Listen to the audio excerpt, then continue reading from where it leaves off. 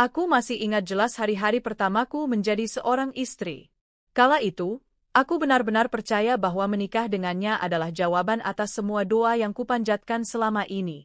Aku mencintainya dengan tulus, dengan sepenuh hati. Aku berusaha menjadi istri yang sempurna, mengurus rumah, memasak, mencuci, bahkan rela meninggalkan pekerjaanku hanya demi fokus mendampinginya. Tapi semua yang kulakukan ternyata sia-sia. Di balik senyum manis yang selalu ia tunjukkan saat masih menjadi kekasihku dulu, ada sisi gelap yang tak pernah kusangka akan menghancurkan hidupku. Setelah menikah, beberapa bulan pertama terasa normal. Kami tinggal di rumah kecil peninggalan orang tuanya, dan meski sederhana, aku merasa bahagia. Aku berpikir, selama ada cinta, semua akan terasa indah. Namun ternyata aku salah. Cinta saja tidak cukup, apalagi jika cinta itu hanya datang dariku seorang. Ia mulai pulang larut malam dengan berbagai alasan, rapat kantor, lembur, menemani teman. Aku percaya. Aku ingin menjadi istri yang pengertian. Aku tidak pernah menuduh, tidak pernah curiga. Tapi lambat laun, gelagatnya semakin jelas. Ia mulai jarang menyentuhku, jarang berbicara denganku, dan selalu terlihat sibuk dengan ponselnya. Aku mencoba bertanya, tapi ia hanya menjawab singkat, bahkan kadang dengan amarah. Jangan banyak tanya, tugasmu urus rumah. Urus aku kalau aku pulang. Itu aja cukup. Kalimat itu menusukku, tapi aku diam. Aku menelan semua luka yang mulai menggerogoti hatiku. Puncaknya, suatu malam ia pulang dengan seorang wanita. Aku masih ingat bagaimana wajah wanita itu tersenyum sinis padaku, seolah menantangku. Aku yang kaget hanya bisa berdiri terpaku di ruang tamu. Mulai malam ini, dia bakal sering nginap di sini, ucap suamiku tanpa rasa bersalah. Aku tertegun. Apa maksudmu? Ini rumah kita, rumah tangga kita, bagaimana bisa kau bawa perempuan lain ke sini? Ia menatapku dengan dingin. Jangan banyak protes. Kau tinggal diam saja. Kau tetap istri sah, tapi aku juga butuh dia. Kalau kau nggak terima, silakan pergi. Aku nggak butuh istri cerewet. Aku menangis, tapi air mataku tak mengubah apapun. Malam itu aku benar-benar merasakan neraka rumah tangga. Aku yang seharusnya menjadi ratu di rumah sendiri, justru berubah menjadi budak. Wanita itu, pelakor yang merebut suamiku, mulai menguasai segalanya. Ia tidur di kamar utama bersama suamiku, sementara aku diusir ke ruang sempit belakang rumah. Aku masih bertahan, karena aku pikir suatu saat suamiku akan sadar. Aku masih berharap. Hari-hari berikutnya, aku benar-benar diperlakukan seperti pembantu. Setiap pagi aku bangun lebih awal, menyiapkan sarapan untuk mereka. Aku mencuci baju mereka, membersihkan kamar mereka, bahkan ketika pelakor itu meminta sesuatu, aku harus melayaninya. Aku mau kopi, panas, jangan terlalu manis, katanya suatu pagi, menyuruhku seperti majikan. Aku menggigit bibir, menahan amarah. Aku ingin berteriak, ingin marah, tapi aku tak berdaya. Karena jika aku melawan, suamiku akan membentakku, bahkan tak segan menampar. Aku nggak butuh istri yang melawan. Kalau kau nggak suka, angkat kaki dari sini. Itu kalimat yang sering ia lontarkan setiap kali aku mencoba membela diri. Aku bertahan dalam diam. Aku lapar, sering tidak diberi makan. Makanan yang kusiapkan hanya untuk mereka berdua. Kadang aku menyisihkan sedikit, tapi seringkali aku tidur dalam keadaan perut kosong. Aku jatuh sakit berulang kali, tubuhku melemah, tapi mereka tak peduli. Sakit hati yang paling dalam adalah ketika aku masih harus melayani suamiku meski ia hidup bersama pelakor itu. Ada kalanya ia memaksaku di malam hari, sementara si pelakor tidur pulas di kamar utama. Aku merasa seperti wanita hina, seperti boneka yang tak punya harga diri. Aku sering menangis sendirian di sudut kamar sempitku. Ya Allah, apa salahku? Mengapa aku diperlakukan seperti ini? Aku hanya ingin menjadi istri yang baik. Tapi jawaban tak pernah datang. Yang ada hanyalah penderitaan yang semakin panjang. Semua penderitaan itu berakhir ketika tubuhku tak lagi sanggup. Aku jatuh sakit keras, sering pingsan, bahkan tidak mampu lagi melakukan pekerjaan rumah. Aku pikir, mungkin saat itu suamiku akan sedikit peduli. Tapi ternyata aku salah besar. Suatu siang, dengan wajah dingin, ia mendatangiku yang terbaring lemah. Mulai hari ini, kau keluar dari rumah ini. Aku terbelalak. Apa? Aku ini istrimu, bagaimana bisa kau tega? Ia menatapku dengan sinis. Kau sudah tidak berguna. Aku butuh istri yang bisa mengurus aku, bukan yang kerjanya cuma sakit-sakitan. Kau pikir aku mau terus menafkahi perempuan lemah seperti kau? Hahaha, keluar kau. Pelakor itu berdiri di sampingnya, tersenyum puas. Iya, keluar saja. Kamu kan sudah nggak dibutuhkan di sini. Biarkan aku yang urus dia. Hatiku hancur berkeping-keping. Aku mencoba melawan, tapi tubuhku lemah. Mereka benar-benar menyeretku keluar rumah dengan barang seadanya. Aku menangis, memohon, tapi suamiku menutup pintu di depanku. Itulah titik terendah dalam hidupku. Hari itu aku resmi diceraikan, diusir, dan dibuang seperti sampah. Aku berjalan tertatih-tatih, tanpa tujuan. Perutku kosong, tubuhku sakit, hatiku remuk. Aku merasa seluruh dunia menolakku. Tak ada keluarga yang bisa kutuju, tak ada teman yang benar-benar peduli. Aku benar-benar sendirian. Tapi di tengah kehancuran itu, ada satu hal yang tersisa, tekad. Malam itu, di bawah langit gelap, aku berjanji pada diriku sendiri. Aku bersumpah dalam hati, suatu saat aku akan membalas semua luka dan penghinaan ini. Aku tidak akan mati sebagai wanita yang disia-siakan. Aku akan bangkit, aku akan berdiri, dan aku akan buktikan bahwa aku bukan wanita lemah yang bisa diinjak-injak. Air mataku berhenti mengalir. Yang tersisa hanyalah api dalam dadaku. Api dendam yang membara, yang akan menuntunku menuju jalan baru. Jalan menuju kebangkitan. Dan sejak malam itu, hidupku benar-benar berubah. Malam itu menjadi saksi betapa hancurnya hidupku. Aku berjalan tanpa tujuan di sepanjang jalan kota, hanya dengan bungkusan pakaian seadanya di tanganku. Lampu jalan yang remang-remang menyoroti tubuhku yang kurus, lemah, dan penuh luka. Udara malam begitu dingin, menusuk hingga ke tulang. Aku lapar. Seharian aku tidak makan. Perutku perih, kepalaku pusing, tapi langkahku tetap menyeret maju. Sesekali aku berhenti di depan warung makan, mencium aroma nasi goreng atau mie rebus yang mengepul, namun aku hanya bisa menelan ludah.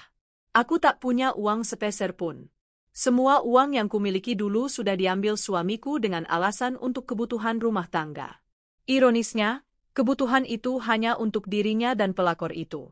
Aku ingin pulang ke rumah orang tuaku, tapi hubungan kami tidak baik. Sejak aku menikah, mereka kecewa padaku karena memilih suamiku yang kala itu mereka anggap tidak pantas. Kini, setelah semua yang terjadi, aku tak mungkin kembali dengan tangan kosong. Aku malu. Malam itu aku tidur di bangku taman kota, menggigil, menahan lapar dan sakit. Mataku basah, namun hatiku dipenuhi satu hal, dendam. Keesokan harinya aku mencoba mencari pekerjaan.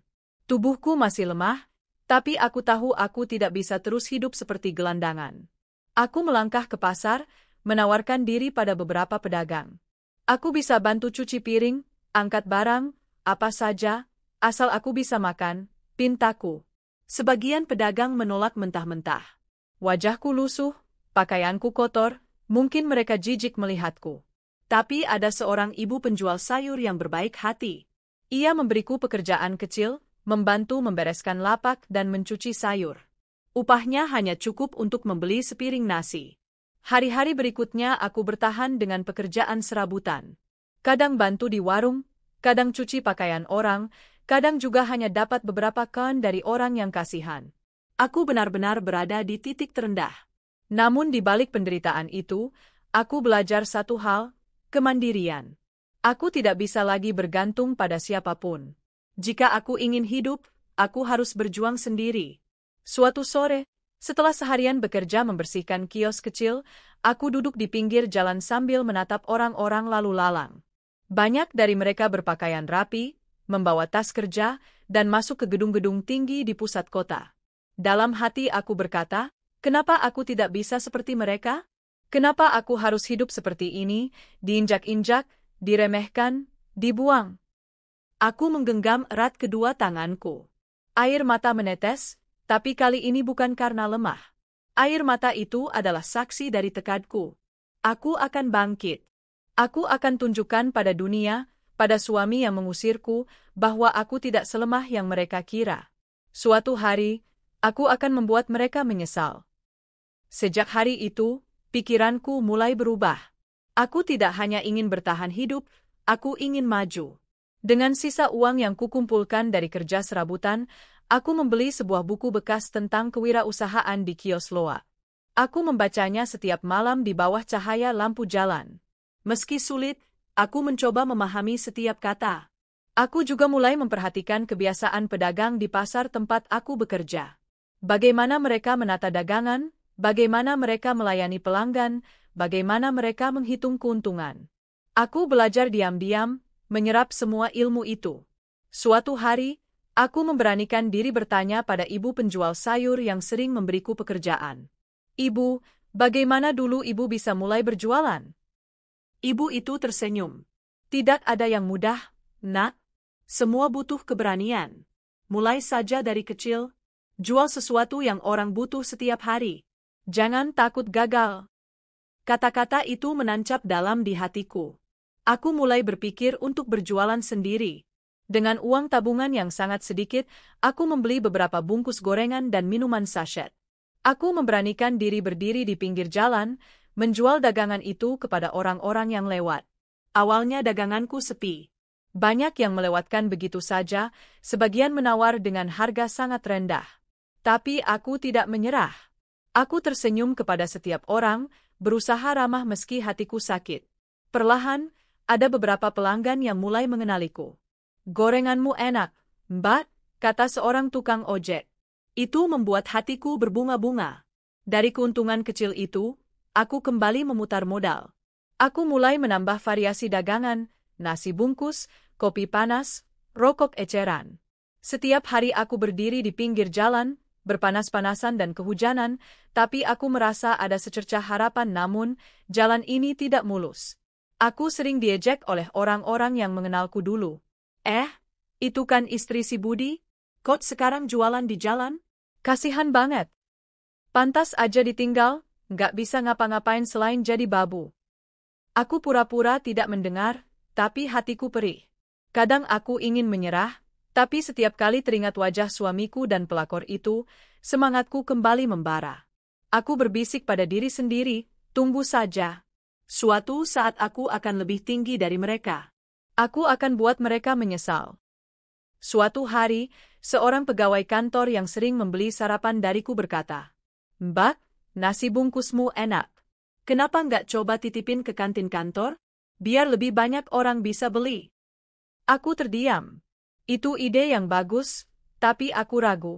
Modal saja pas-pasan, bagaimana bisa menyuplai ke kantor besar? Namun, aku tidak mau melewatkan kesempatan. Malam itu aku memutar otak, menghitung biaya, dan berdoa. Keesokan harinya aku memberanikan diri menawarkan daganganku ke pengelola kantin. Awalnya mereka menolak, tapi setelah kuajak mencicipi masakanku, mereka setuju memberi kesempatan. Itulah titik balik pertama dalam hidupku. Pesanan dari kantor itu terus meningkat. Aku bekerja keras, bangun jam 3 pagi untuk memasak. Aku tidak punya dapur besar, tapi dengan tekad, aku bisa menyiapkan puluhan nasi bungkus setiap hari. Keuntungan yang dulu hanya ribuan rupiah, kini mulai bertambah. Aku bisa menabung sedikit demi sedikit. Dengan uang itu, aku menyewa dapur kecil dan mempekerjakan 2 tetangga yang membutuhkan pekerjaan. Usahaku berkembang. Dari hanya 1 kantor, kini ada 2, lalu 3. Nama cateringku mulai dikenal di lingkungan perkantoran. Orang-orang yang dulu meremehkanku kini mulai memandangku berbeda. Setiap kali aku merasa lelah, aku selalu teringat bagaimana dulu aku diperlakukan. Wajah suamiku yang dingin, tawa sinis pelakor itu, malam-malam saat aku kelaparan dan menangis sendirian. Semua itu menjadi bahan bakar semangatku.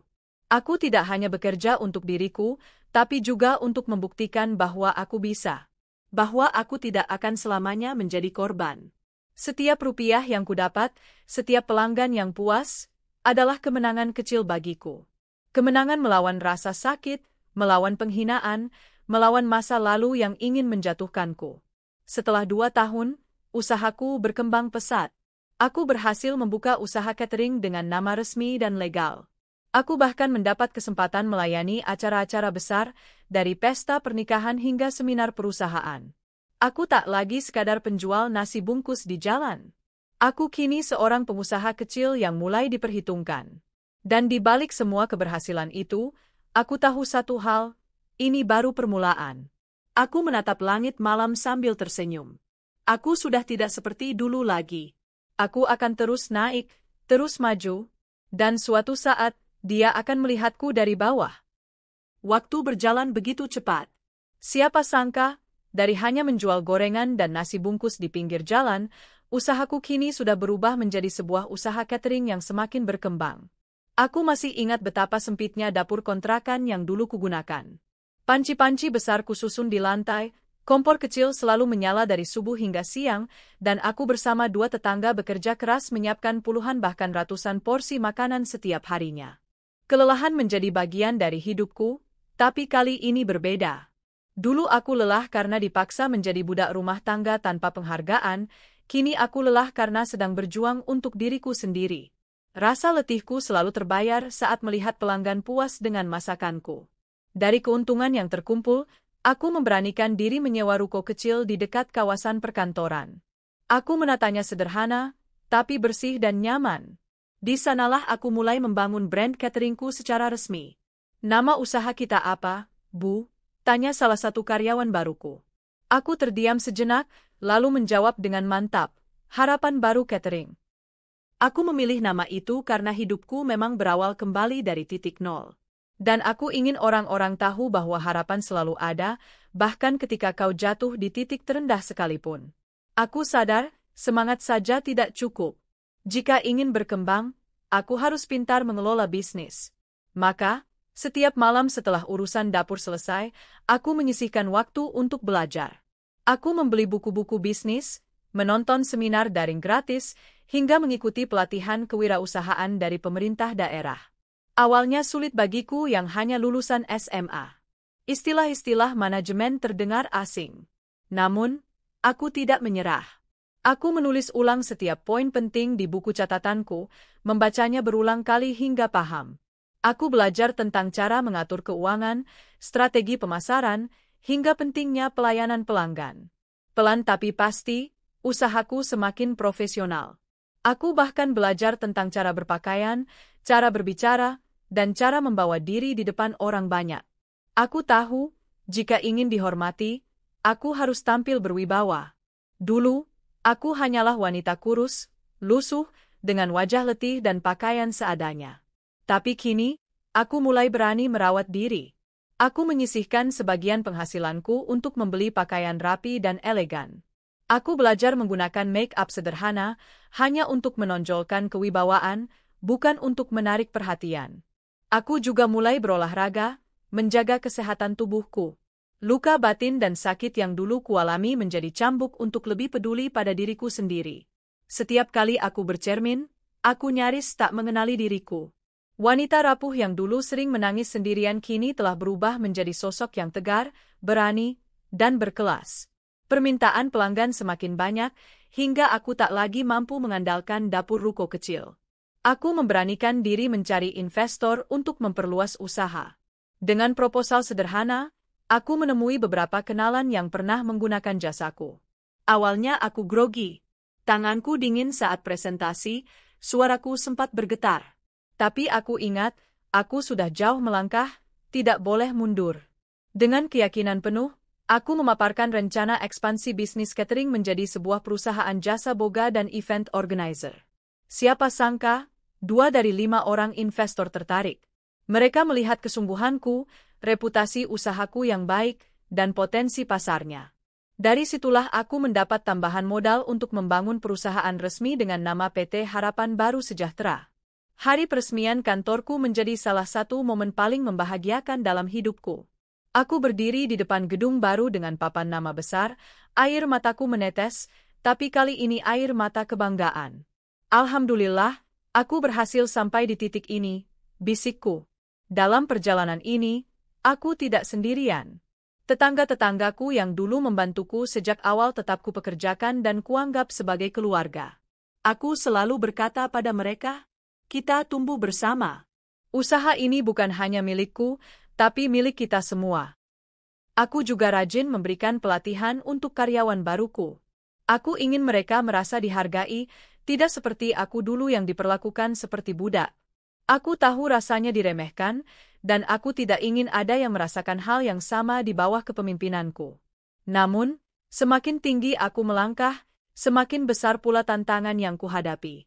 Ada kompetitor yang mencoba menjatuhkan namaku dengan fitnah. Ada klien besar yang tiba-tiba membatalkan kontrak.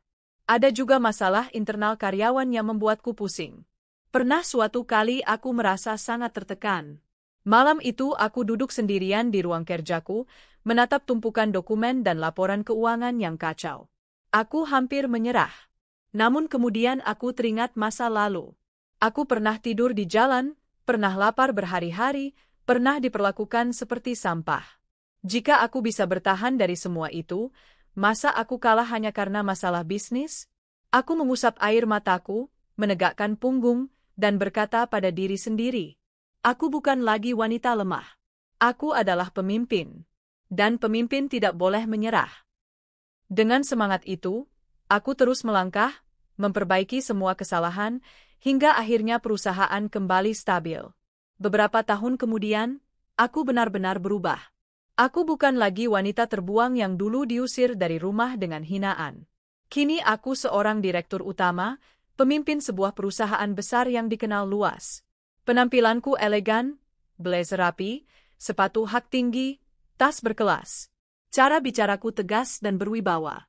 Orang-orang menghormatiku bukan karena belas kasihan, tapi karena prestasi dan kerja keras. Setiap kali aku melihat diriku di cermin kantor, aku teringat wanita lemah yang dulu menangis di kamar sempit. Aku ingin berkata pada diriku yang dulu, lihatlah, kau berhasil. Kau bukan lagi korban. Kau pemenang. Meski sudah jauh melangkah, bayangan masa lalu masih sesekali menghantuiku. Saat melihat pasangan suami istri makan di restoran, aku kadang teringat bagaimana dulu aku diperlakukan. Saat mendengar orang tertawa bahagia, aku teringat malam-malamku yang penuh tangisan. Namun semua itu tidak lagi membuatku rapuh. Justru, setiap kenangan pahit itu menjadi pengingat bahwa aku tidak boleh kembali ke masa lalu. Aku harus terus maju, terus kuat, dan terus menjadi lebih baik. Dan jauh di dalam hatiku, ada rasa penasaran. Bagaimana kabar mantan suamiku dan pelakor itu? Aku tidak pernah berusaha mencari tahu, tapi aku yakin, suatu hari takdir akan mempertemukan kami lagi. Dan saat hari itu tiba, aku sudah siap. Tahun demi tahun, usahaku semakin berkembang. PT Harapan Baru Sejahtera kini tidak hanya bergerak di bidang catering dan event organizer, tetapi juga merambah ke bisnis properti dan restoran. Namaku mulai dikenal di kalangan pengusaha dan pejabat. Aku sering diundang menjadi pembicara dalam seminar kewirausahaan. Di balik panggung, banyak wanita yang menghampiriku dan berkata, "Ibu menginspirasi kami. Kisah ibu membuat kami percaya bahwa wanita juga bisa bangkit meski jatuh berkali-kali." Setiap kali mendengar itu, hatiku terenyuh. Aku tersenyum sambil menjawab, "Percayalah, luka adalah guru terbaik. Jangan biarkan luka menghancurkanmu, biarkan dia membangkitkanmu."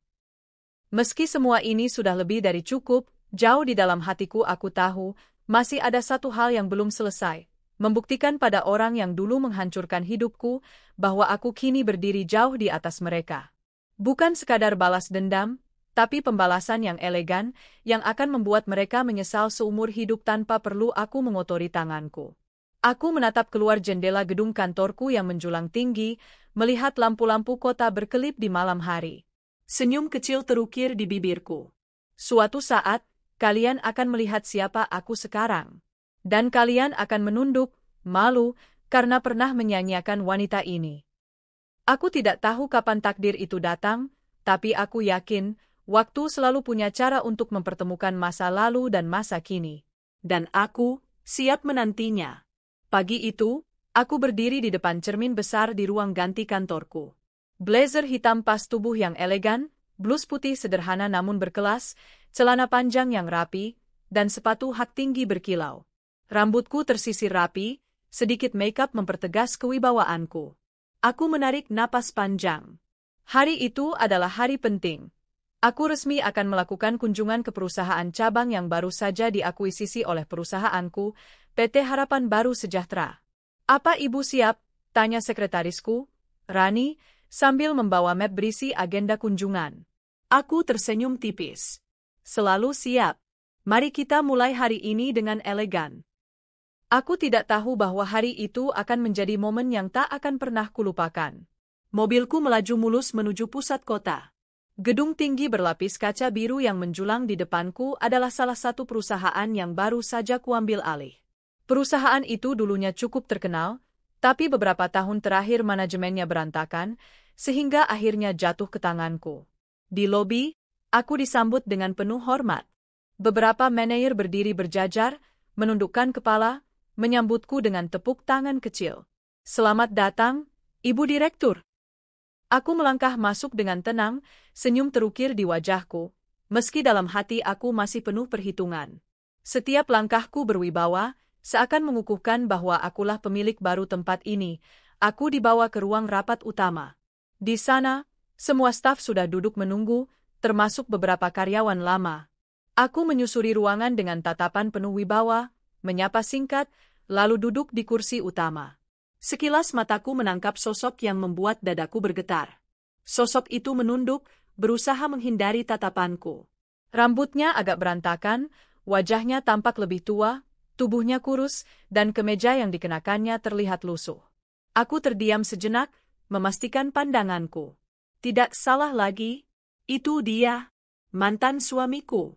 Tanganku sempat mengepal di bawah meja. Kenangan pahit menyerbu masuk begitu saja. Malam-malam kelaparan, tatapan dinginnya saat mengusirku, tawa sinis pelakor di sampingnya.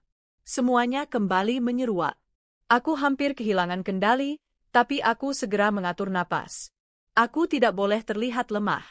Hari ini bukan tentang luka lamaku, melainkan tentang kemenangan.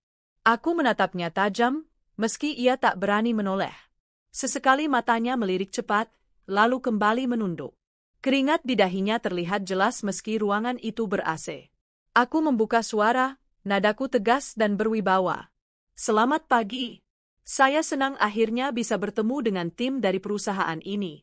Mulai hari ini, kita akan bekerja sama di bawah manajemen baru. Suara itu bergema di seluruh ruangan.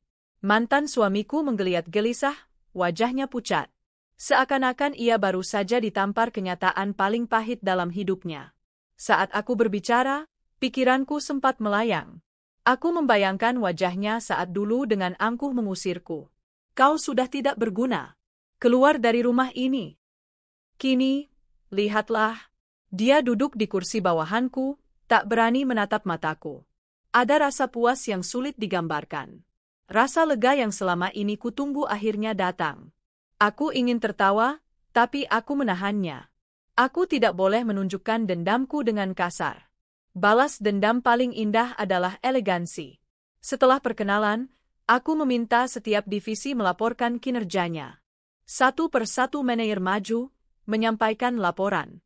Aku mendengarkan dengan tenang, memberikan beberapa catatan. Sampai tiba giliran mantan suamiku. Rupanya ia bekerja sebagai staf bagian administrasi, posisi rendah, jauh dari bayangan kejayaannya dulu. Selanjutnya, staf bagian administrasi. Silakan maju, kataku, menatap lurus ke arahnya. Ia terkejut, matanya membesar, tubuhnya kaku. Semua orang menoleh ke arahnya, menunggu ia berdiri. Dengan langkah ragu, ia maju ke depan membawa map lusuh. Tangannya gemetar, suaranya bergetar saat mulai bicara. Perizinan dan dokumen, sudah saya. Aku menatapnya tajam, membuatnya makin salah tingkah. Kata-katanya terbata-bata, berkeringat deras.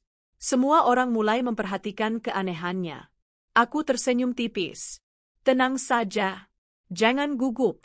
Kita di sini bekerja sama, bukan untuk saling menjatuhkan. Kata-kata itu terasa seperti sindiran halus. Ia menunduk dalam-dalam, wajahnya memerah menahan malu. Setelah rapat selesai, aku berdiri. Semua karyawan berdiri pula, memberi salam hormat. Aku berjalan keluar ruangan, namun sebelum benar-benar pergi, aku berhenti sejenak tepat di depan mantan suamiku. Kerjakan tugasmu dengan baik. Saya akan menilai setiap kinerja, tanpa kecuali, ucapku dingin. Ia hanya menunduk. Tidak berani menjawab, tidak berani menatapku. Aku melangkah pergi dengan kepala tegak. Hatiku berteriak penuh kemenangan. Inilah saatnya, roda kehidupan benar-benar berputar. Setelah keluar ruangan, Rani, sekretarisku, berbisik. Ibu, tadi staf bagian administrasi itu, sepertinya kenal dengan ibu. Dia terlihat sangat gugup. Aku tersenyum samar. Ya, aku mengenalnya. Sangat mengenalnya. Rani bingung, tapi aku tidak menjelaskan lebih lanjut. Tidak perlu orang lain tahu luka lamaku. Cukup aku yang menyimpannya. Malam itu, aku duduk sendirian di ruang kerjaku di kantor pusat. Lampu kota berkelip di luar jendela, namun pikiranku melayang ke kejadian siang tadi. Aku memejamkan mata, membiarkan kenangan lama berputar. Aku teringat diriku yang dulu kurus, sakit-sakitan, menangis karena lapar. Dan kini aku duduk di kursi direktur, berwibawa, sementara dia hanya staf kecil yang ketakutan menatapku. Alhamdulillah, engkau tunjukkan keadilan MU, bisikku sambil meneteskan air mata. Air mata itu bukan lagi air mata kesedihan, melainkan air mata kemenangan. Beberapa minggu kemudian, aku kembali berkunjung ke cabang itu untuk evaluasi. Kali ini, aku sengaja memanggil beberapa staf untuk berdiskusi langsung denganku, termasuk dia. Saat ia masuk ke ruanganku, aku duduk dengan anggun di kursi direktur. Ia menunduk, wajahnya pucat, tubuhnya kaku. Silakan duduk, kataku datar. Ia duduk pelan, masih tak berani menatapku. Tangannya gelisah meremas kertas. Bagaimana progres pekerjaanmu minggu ini? Tanyaku, nada profesional tapi dingin. Ia menjawab terbata-bata, jelas sekali gugup. Aku mengangguk singkat, lalu menutup map di depanku. Baik, lanjutkan pekerjaanmu dengan profesional. Ingat, semua karyawan di sini akan dinilai dari kinerja, bukan masa lalu. Kata terakhir kuucapkan dengan penekanan. Ia terdiam, jelas paham maksud sindiranku. Hari-hari berikutnya, aku terus memperlakukan mantan suamiku dengan cara yang profesional namun membuatnya tertekan. Aku tidak pernah membentaknya, tidak pernah merendahkannya di depan umum. Aku hanya memberi tugas-tugas sulit, mengawasi ketat, dan menuntut hasil sempurna. Setiap kali ia salah sedikit, aku akan mengoreksi dengan tenang tapi menusuk. Seharusnya kau bisa lebih teliti. Masa hal sederhana seperti ini saja tidak bisa. Kalimat itu membuatnya malu di depan rekan-rekan kerjanya. Aku tidak perlu berteriak, tidak perlu kasar. Balas dendam terbaik adalah membuatnya merasakan bagaimana rasanya dipandang rendah, tanpa perlu aku kehilangan wibawa. Beberapa karyawan mulai bergunjing. Staf administrasi itu kenapa ya? Kalau sama Bu Direktur kelihatan takut banget. Iya, seperti ada masalah pribadi. Aku pura-pura tidak mendengar. Aku tidak peduli apa yang mereka pikirkan. Yang jelas, aku menikmati setiap momen di mana dia terpaksa menunduk di hadapanku. Setiap kali aku melihatnya di kantor, aku selalu teringat pada masa lalu. Bedanya, kini aku yang berdiri di atas, sementara dia di bawah. Kehidupan kami benar-benar berbalik. Aku yang dulu diusir kini adalah atasannya. Dia yang dulu menghinaku kini harus menunduk di hadapanku. Dan aku tahu, ini baru permulaan. Sejak pertemuan pertama di ruang rapat itu, aku tahu hidupku telah memasuki babak baru. Balas dendamku bukan dengan pisau atau amarah, melainkan dengan kekuasaan, wibawa, dan keanggunan. Aku tidak perlu berteriak, tidak perlu mengungkit masa lalu di hadapan semua orang. Biarlah waktu, posisi, dan keadaan yang berbicara. Mantan suamiku kini hanyalah seorang staf kecil di perusahaan yang berada di bawah kendaliku. Ia tak lebih dari pion di papan catur yang bisa kapan saja kugerakkan sesuka hati. Setiap kali aku mengunjungi kantor cabang, suasana selalu berubah. Para staf berusaha tampil rapi dan profesional, tapi aku bisa merasakan kegugupan dari satu orang, mantan suamiku. Ia selalu menunduk jika kami berpapasan di lorong. Kadang-kadang ia pura-pura sibuk dengan dokumen, kadang pura-pura menerima telepon. Tapi aku tahu, semua itu hanya cara dia menghindari tatapanku. Sementara aku, setiap kali melihatnya, selalu menahan senyum tipis. Ada kepuasan tersendiri melihat seseorang yang dulu dengan kejam mengusirku kini gemetar di hadapanku. Aku sengaja memberi proyek kecil kepada bagian administrasi, membuat laporan gabungan dokumen perizinan untuk presentasi investor. Tugas itu sederhana bagi staf yang teliti, tapi aku tahu ia bukan tipe pekerja keras. Seminggu kemudian, aku memanggil seluruh tim untuk melihat hasilnya. Mana laporan administrasi? Tanyaku dingin. Mantan suamiku maju dengan wajah tegang, membawa map lusuh. Aku menerima laporan itu, membukanya, dan dalam beberapa menit langsung menemukan kesalahan fatal. Ada data yang salah input, tanda tangan yang terlewat, bahkan beberapa halaman hilang. Aku meletakkan laporan itu di meja, menatapnya dalam-dalam. Apakah ini hasil terbaikmu? Tanyaku dengan nada lembut tapi menusuk. Ia menelan ludah. Maaf, Bu. Saya kurang teliti. Aku tersenyum tipis. Kurang teliti? Satu kesalahan bisa membuat investor meragukan kredibilitas perusahaan ini. Kau sadar betapa fatalnya? Ruangan menjadi hening. Semua orang menunduk, tak berani menoleh.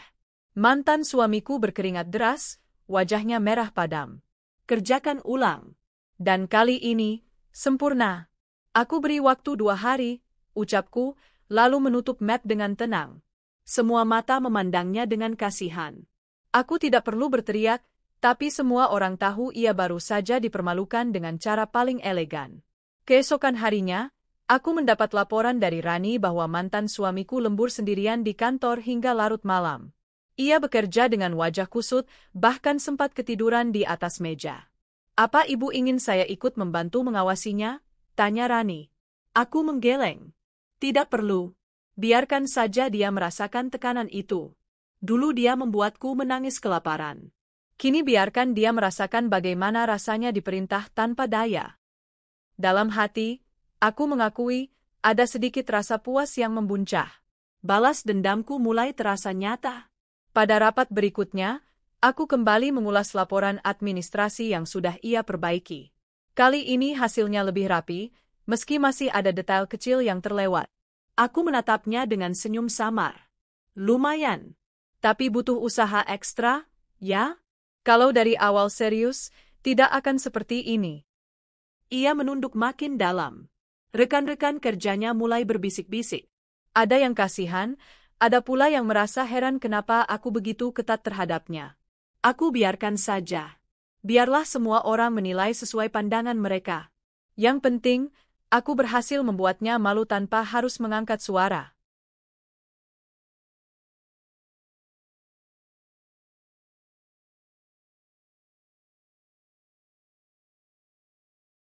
Sementara itu, aku mulai mendengar kabar tentang kehidupannya di luar kantor.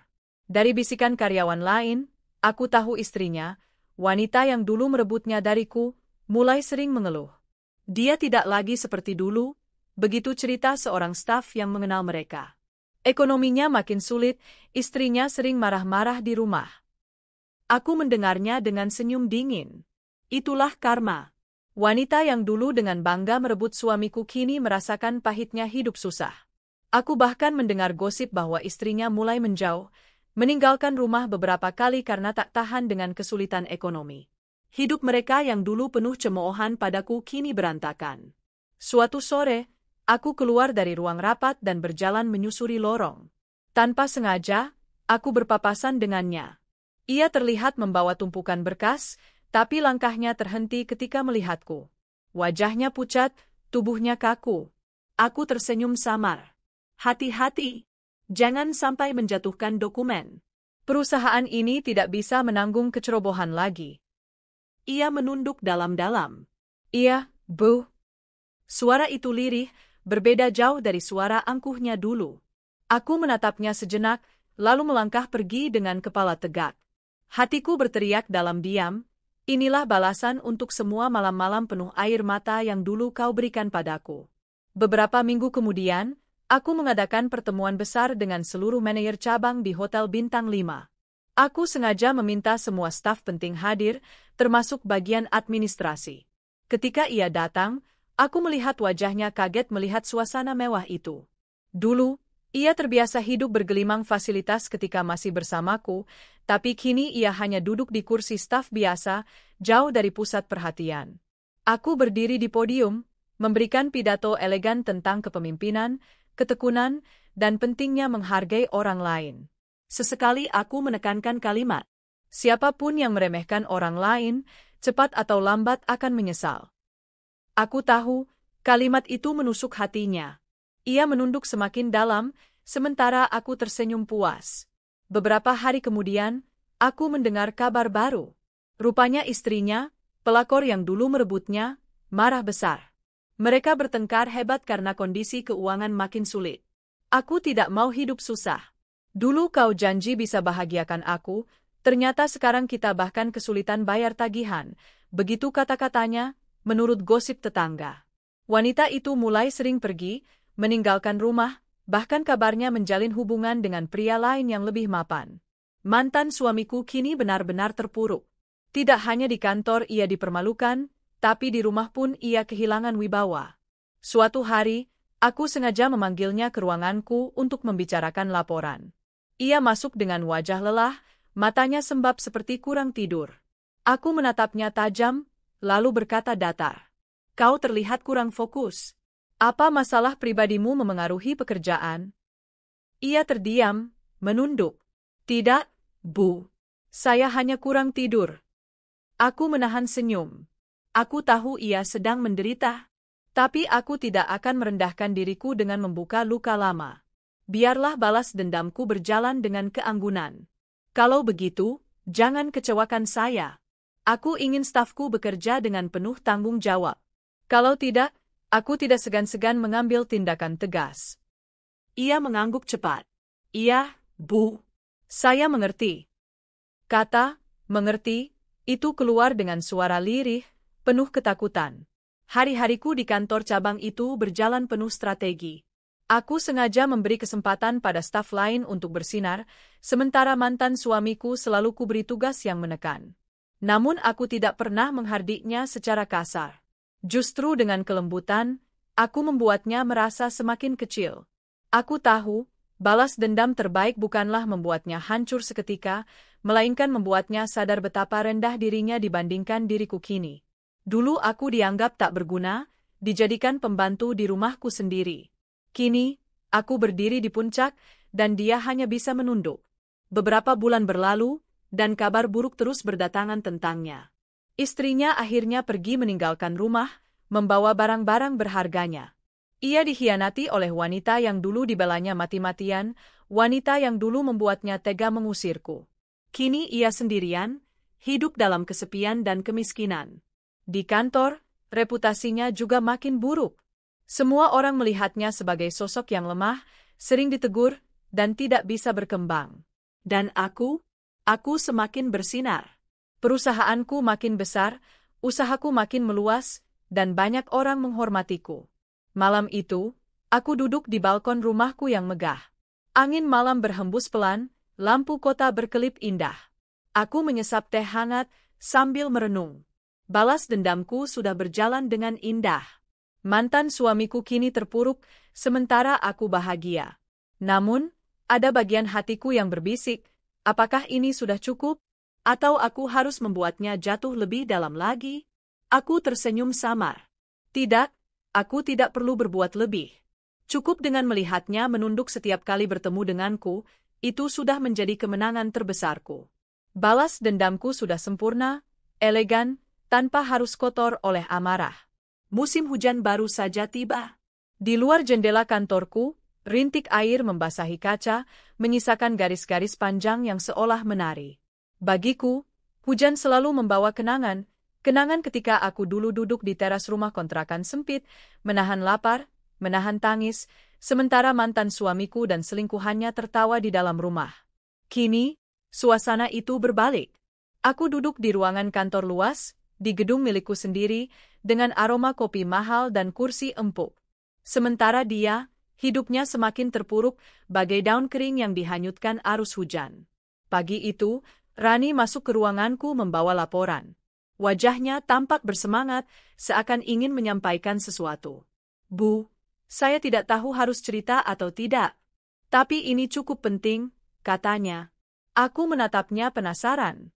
Ceritakan saja. Apa yang terjadi? Rani menunduk sedikit sebelum melanjutkan. Saya dengar dari beberapa karyawan, mantan suami ibu sekarang ditinggalkan istrinya. Katanya, sudah hampir sebulan tidak pulang. Rumah mereka kosong, tetangga juga bilang sering terdengar pertengkaran sebelum istrinya pergi. Aku mengangkat alis, menahan senyum tipis. Begitu, ya? Rani mengangguk. Bahkan, ada kabar istrinya kini bersama pria lain. Seorang pengusaha dari luar kota? Rupanya, perempuan itu tidak tahan dengan kesulitan ekonomi. Hatiku bergetar. Inikah karma yang nyata? Dulu, aku ditinggalkan dan disiksa demi perempuan itu. Kini, dia merasakan luka yang sama, bahkan lebih pedih. Hari berikutnya, aku kembali mengunjungi kantor cabang tempat dia bekerja. Aku sengaja memperhatikan dari jauh sebelum masuk ruang rapat. Ia duduk di meja kerjanya, wajah kusam, mata cekung, rambut berantakan. Tatapannya kosong, jemarinya gemetar memegang pulpen. Seolah seluruh beban dunia menindih pundaknya. Ketika aku melangkah masuk, ia buru-buru berdiri. Selamat pagi, Bu. Suaranya parau, nyaris tak terdengar. Aku menatapnya datar. Kau terlihat tidak sehat. Jangan sampai masalah pribadimu mengganggu pekerjaan. Kalau tidak mampu, katakan saja. Ia menunduk dalam. Saya masih mampu, Bu. Aku berbalik tanpa menanggapi lebih jauh. Namun di dalam hati, aku bergemuruh. Ada kepuasan, tapi juga sedikit rasa iba yang berusaha kutepis. Hari itu, kami mengadakan rapat besar dengan para investor lokal. Aku memimpin jalannya rapat dengan percaya diri. Semua staf sibuk, termasuk dia yang bertugas menyiapkan berkas administrasi. Namun, ketika gilirannya membagikan dokumen, tangannya gemetar. Beberapa kertas jatuh berserakan di lantai. Para investor menatap dengan heran, beberapa menahan tawa kecil. Aku menatapnya tajam. Kau benar-benar ceroboh.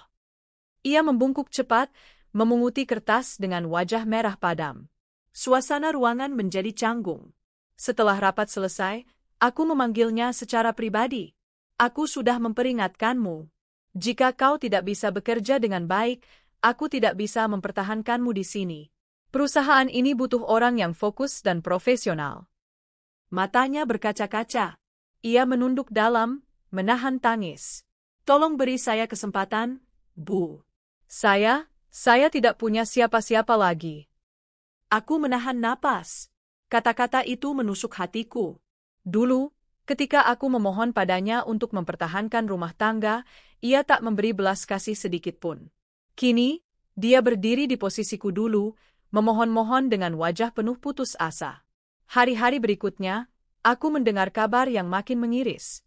Istrinya resmi pergi, membawa seluruh barang berharga, bahkan emas perhiasan yang dulu mereka pamerkan. Rumah yang mereka tinggali kosong dan berantakan. Tetangganya mengatakan ia sering terlihat duduk di teras sendirian, menatap kosong ke jalan, kadang menangis diam-diam. Beberapa kali ia juga mabuk, berjalan sempoyongan pulang malam. Di kantor, penampilannya semakin memprihatinkan. Pakaian kusut, sepatu kotor, bau badan tak terurus.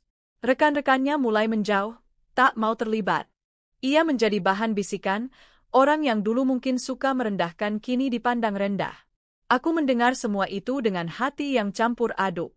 Ada bagian diriku yang puas, ada pula yang merasa seolah balas dendam ini sudah melampaui batas. Suatu malam, setelah rapat panjang di luar kota, aku pulang lebih larut dari biasanya. Saat mobilku berhenti di depan gedung kantor, aku melihat seseorang duduk di tangga depan. Aku terkejut ketika menyadari itu dirinya. Ia duduk dengan kepala tertunduk, tubuh gemetar, wajahnya pucat. Aku turun dari mobil, mendekatinya. Apa yang kau lakukan di sini malam-malam begini? Ia mengangkat wajah, matanya merah dan bengkak. Saya tidak punya tempat lain untuk pergi. Aku terdiam. Hujan gerimis turun, membasahi rambut dan bahuku. Ia menatapku dengan tatapan kosong, penuh keputusasaan. Rumahku sudah tidak ada. Istriku meninggalkan aku. Semua habis. Aku bahkan tidak punya uang untuk makan, katanya lirih. Hatiku berdesir. Dulu, aku duduk di posisi itu, tanpa daya, ditinggalkan, kelaparan. Kini, keadaan berbalik. Aku menarik napas panjang. Itu semua pilihanmu dulu. Setiap keputusan ada balasannya. Ia terdiam, menunduk lagi, air matanya jatuh bercampur dengan hujan. Minggu berikutnya, aku memanggilnya ke ruanganku. Aku sudah memikirkan satu hal, aku akan memberinya pilihan yang sekaligus menjadi tamparan keras. Kau bilang butuh pekerjaan, butuh makan. Baiklah, aku bisa membantumu, kataku datar. Matanya berbinar penuh harapan. Terima kasih, Bu. Saya berjanji akan bekerja keras. Aku menatapnya tajam. Tapi bukan di sini. Kau sudah gagal terlalu banyak. Aku tidak bisa menanggung bebanmu lebih lama. Aku akan menempatkanmu di gudang penyimpanan sebagai staf logistik. Gajinya kecil, tapi cukup untuk hidup. Wajahnya pucat. Posisi itu jauh lebih rendah dari jabatannya sekarang. Namun, ia tidak punya pilihan. Dengan suara serak, ia menjawab, saya terima, Bu. Hatiku menegang. Aku bisa melihat betapa dalamnya luka di hatinya menerima tawaran itu. Dulu ia dengan angkuh meremehkanku, kini ia harus menerima pekerjaan rendah dariku. Setiap kali melihatnya di gudang, mengangkat barang berat dengan wajah lelah, aku selalu teringat masa laluku. Dulu, aku juga dipaksa bekerja keras di rumah, memasak, mencuci, membersihkan, tanpa dihargai. Kini, dia yang harus membungkuk, memeras keringat, sementara aku berjalan anggun di atas tumit tinggi, mengawasi dengan penuh wibawa. Aku merasa balas dendamku sudah mencapai puncak. Tidak ada lagi yang bisa kulakukan untuk menjatuhkannya, karena dia sudah benar-benar berada di dasar. Suatu sore, aku turun ke gudang untuk mengecek persediaan barang. Aku melihatnya duduk di kursi tua, wajahnya letih, tangannya kotor penuh debu. Ia menatapku lama, lalu berkata dengan suara parau, "Aku tahu aku salah besar padamu. Aku menyesal. Sangat menyesal. Tapi aku juga tahu, penyesalan ini tidak akan mengubah apapun." Aku terdiam, menatapnya tanpa berkata apa-apa. Aku hanya ingin kau tahu, aku dulu buta.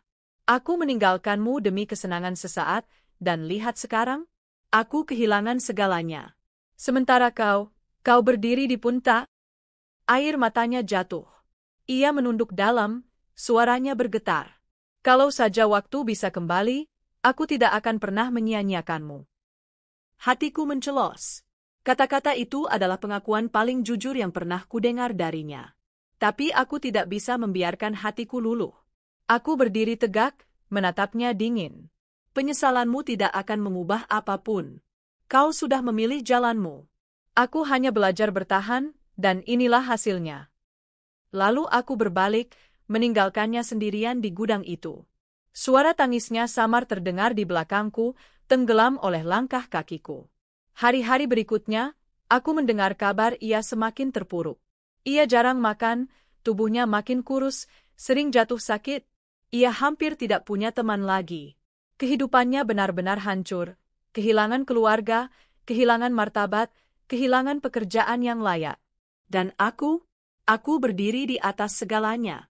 Balas dendamku sudah sempurna. Aku tidak perlu lagi menyakitinya, karena hidup sendiri sudah memberi balasan yang lebih kejam dari apapun yang bisa kulakukan. Aku hanya tersenyum, menatap langit malam dari balkon rumahku. Inilah akhirnya. Semua air mata yang dulu kutumpahkan terbayar sudah. Pagi itu, sinar matahari menembus kaca jendela rumah baruku yang luas. Burung-burung berkicau, suara ombak dari pantai tak jauh terdengar sayup. Aku menyesap kopi hangat sambil membaca laporan bulanan perusahaanku. Hidupku terasa begitu damai. Semua kerja keras, semua air mata, semua luka, kini berbuah manis.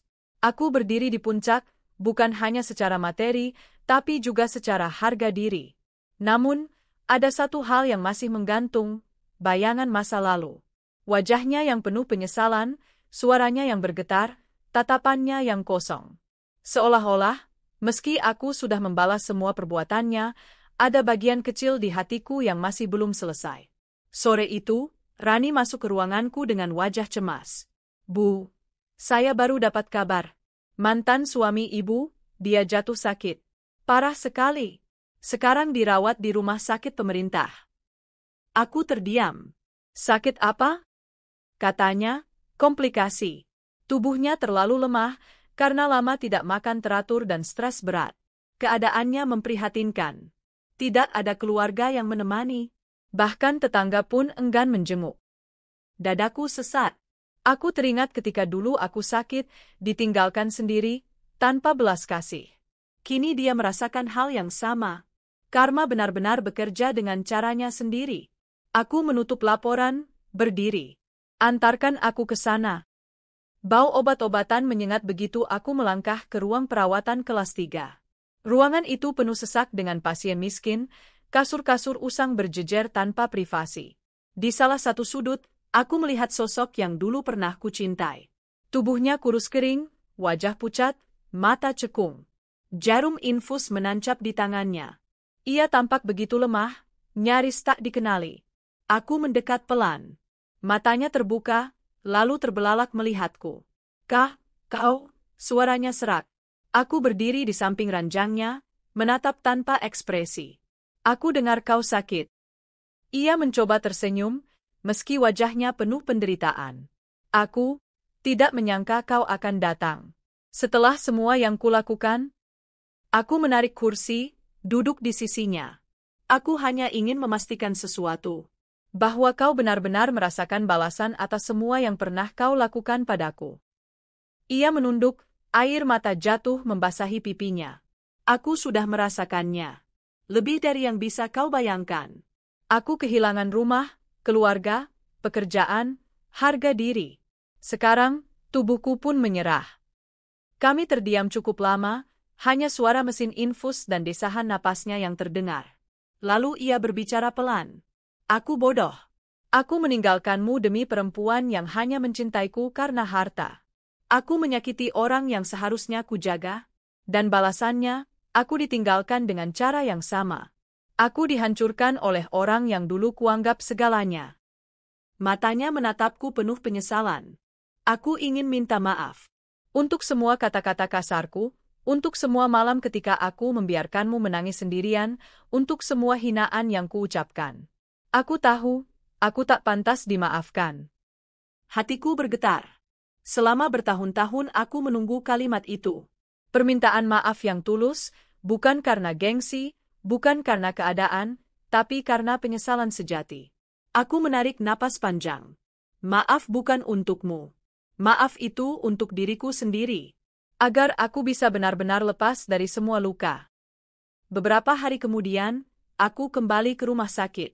Kali ini, aku membawa beberapa obat tambahan, juga makanan bergizi. Ia tampak terkejut melihatku datang lagi. Kenapa kau repot-repot? Tanyanya lirih. Aku menatapnya tenang. Aku tidak melakukan ini untukmu. Aku melakukannya untuk diriku sendiri. Karena aku tidak ingin lagi terikat oleh kebencian. Aku ingin menutup buku ini, sekali untuk selamanya. Ia menunduk, air matanya jatuh lagi. Aku tidak layak menerima kebaikanmu. Aku tersenyum tipis. Benar. Tapi aku juga tidak mau menjadi seperti dirimu dulu. Membiarkan orang yang pernah kucintai mati dalam kesendirian. Aku sudah cukup kuat untuk memberi, bahkan ketika dulu kau tidak memberi apa-apa padaku. Hari-hari berikutnya, aku beberapa kali datang menjenguk. Kadang hanya sebentar, kadang lebih lama. Aku tidak pernah membawa perasaan cinta lagi, tapi juga tidak membawa kebencian. Hanya rasa iba, rasa manusiawi. Ia sering bercerita tentang penyesalannya. Tentang bagaimana dulu ia menertawakanku, merasa aku lemah. Tentang bagaimana ia bangga berjalan dengan perempuan lain, sementara aku menderita. Dan kini, bagaimana ia sendiri merasa hina, tidak punya siapa-siapa. Lucu, ya, katanya suatu sore, hidup berputar begitu cepat. Aku dulu di atas, kau di bawah. Sekarang, kau di atas, aku di bawah. Aku menatapnya dalam. Itulah hidup. Semua ada waktunya. Dan setiap pilihan selalu punya balasan. Suatu malam, aku mendapat telepon dari rumah sakit. Suaranya panik. Bu, pasien atas nama mantan suami Anda, kondisinya kritis. Kalau ibu ingin datang, sebaiknya segera. Aku bergegas ke sana. Ia terbaring lemah, napas tersengal-sengal.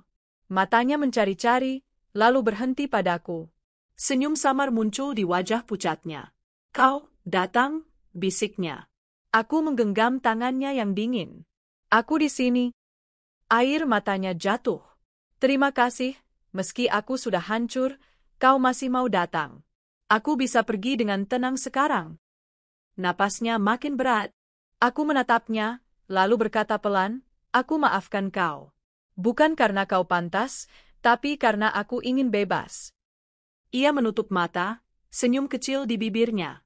Dan dengan satu tarikan napas panjang, ia pergi. Aku berdiri lama di samping ranjang itu. Air mataku jatuh, bukan karena masih mencintainya, tapi karena semua luka akhirnya benar-benar selesai. Aku sadar, balas dendamku sudah berakhir. Aku tidak perlu lagi melihatnya menderita, karena hidup sendiri sudah memberi balasan yang adil. Aku hanya perlu melangkah maju, meninggalkan semua bayangan kelam. Beberapa bulan kemudian, aku berdiri di depan gedung baru perusahaanku. Logo besar dengan namaku terpampang megah. Para karyawan bersorak, investor bertepuk tangan. Aku tersenyum. Bukan hanya karena keberhasilan bisnis, tapi karena aku akhirnya benar-benar bebas. Tidak ada lagi beban masa lalu. Tidak ada lagi air mata sia-sia. Aku berdiri di puncak, bukan karena kebencian, tapi karena keteguhan. Aku memilih untuk bangkit, bukan untuk jatuh bersama luka. Dan di dalam hatiku, aku berbisik pada diri sendiri. Ini bukan lagi tentang balas dendam. Ini tentang kemenangan. Aku menang atas diriku sendiri. Aku seringkali duduk di beranda rumah baruku, memandang laut yang luas. Ombak berkejaran, burung-burung terbang bebas di langit biru. Suara deburan air selalu membuatku merenung. Dulu, setiap kali aku mengingat masa laluku, rasa sakit itu seperti belati yang menusuk kembali. Bayangan ketika aku diperlakukan seperti budak, ketika aku menahan lapar, ketika aku mendengar tawa mereka, mantan suamiku dan perempuan itu, di dalam rumahku sendiri, masih terasa begitu nyata. Namun kini, setiap kali ingatan itu muncul, aku tidak lagi menangis. Aku hanya tersenyum tipis. Aku tahu, itu hanyalah bagian dari perjalanan hidupku. Bagian yang mengajarkanku betapa berharganya harga diri, betapa pentingnya bangkit. Aku belajar bahwa masa lalu tidak bisa dihapus, tapi bisa dipilih. Apakah akan terus membelenggu, atau dijadikan pijakan untuk melangkah lebih tinggi. Dan aku memilih yang kedua. Banyak orang bertanya, mengapa aku masih datang ke rumah sakit di saat-saat terakhir mantan suamiku? Mengapa aku masih peduli pada orang yang dulu menginjak-injakku? Jawabanku sederhana, aku tidak ingin terikat selamanya pada dendam. Balas dendam memang manis pada awalnya. Melihatnya tunduk sebagai bawahanku, melihat kehidupannya hancur bersama perempuan yang dulu ia banggakan, semua itu seperti obat bagi luka hatiku. Tapi ternyata, semakin lama, aku sadar bahwa dendam tak pernah benar-benar membuatku damai. Yang membuatku damai justru ketika aku bisa berkata dengan tulus, aku memaafkanmu. Bukan karena dia layak dimaafkan, tapi karena aku layak bebas. Maaf bukan hadiah untuk orang yang bersalah, tapi hadiah untuk diri sendiri agar tidak lagi terikat oleh luka. Kepergian mantan suamiku menutup sebuah bab yang panjang dan penuh air mata. Aku menangis malam itu, bukan karena kehilangan, tapi karena menyadari betapa singkatnya hidup ini. Semua kesombongan, semua ambisi, semua kebanggaan palsu, akhirnya berhenti di sebuah ranjang rumah sakit. Ia pergi dengan penyesalan, tapi juga dengan kelegaan setelah meminta maaf. Dan aku pergi dari sana dengan hati yang lebih ringan, karena tidak ada lagi beban untuk kubawa.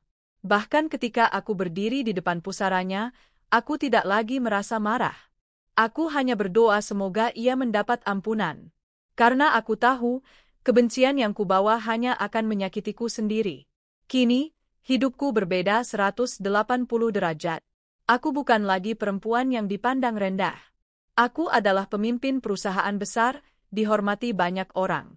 Rumahku megah, bisnisku berkembang, lingkunganku penuh orang-orang yang mendukung dan menghargai. Aku punya tim yang setia, sahabat yang tulus, bahkan peluang untuk kembali membuka hati. Namun, kebahagiaan terbesarku bukanlah harta atau kedudukan. Kebahagiaan terbesarku adalah kebebasan. Kebebasan untuk menjalani hidup sesuai pilihanku, tanpa rasa takut, tanpa terikat pada masa lalu. Aku bisa makan apa yang kuinginkan, bepergian kemanapun yang kusuka, tersenyum tanpa merasa dipaksa, dan tidur tanpa mimpi buruk. Itu jauh lebih berharga daripada sekadar kekayaan. Ada banyak pelajaran yang kudapat dari perjalanan panjang ini. Jangan pernah merendahkan dirimu demi cinta. Cinta sejati tidak pernah menjadikanmu budak. Jika seseorang mencintaimu, dia akan menghargaimu, bukan merendahkanmu. Jangan biarkan orang lain menentukan harga dirimu. Dulu aku percaya bahwa aku tidak berharga tanpa dia. Nyatanya, ketika ia meninggalkanku, aku justru menemukan betapa berharganya diriku sendiri. Hidup selalu berputar. Hari ini kita di bawah, besok bisa di atas. Tidak ada yang kekal, kecuali perbuatan baik yang kita lakukan. Maaf adalah kekuatan. Memaafkan bukan tanda kelemahan, tapi tanda bahwa kita cukup kuat untuk tidak membiarkan luka mengendalikan hidup kita. Aku ingin kisahku menjadi pesan untuk semua perempuan di luar sana yang mungkin sedang mengalami hal serupa. Jangan menyerah ketika diperlakukan tidak adil. Jangan biarkan seseorang membuatmu merasa tidak berharga. Bangkitlah. Buktikan bahwa kamu bisa berdiri di atas kakimu sendiri. Dunia tidak akan runtuh hanya karena seseorang meninggalkanmu. Sebaliknya, dunia bisa jadi tempat yang lebih indah ketika kamu berani mengambil kendali atas hidupmu. Percayalah, penderitaan hari ini bisa menjadi bahan bakar untuk kebahagiaan di masa depan.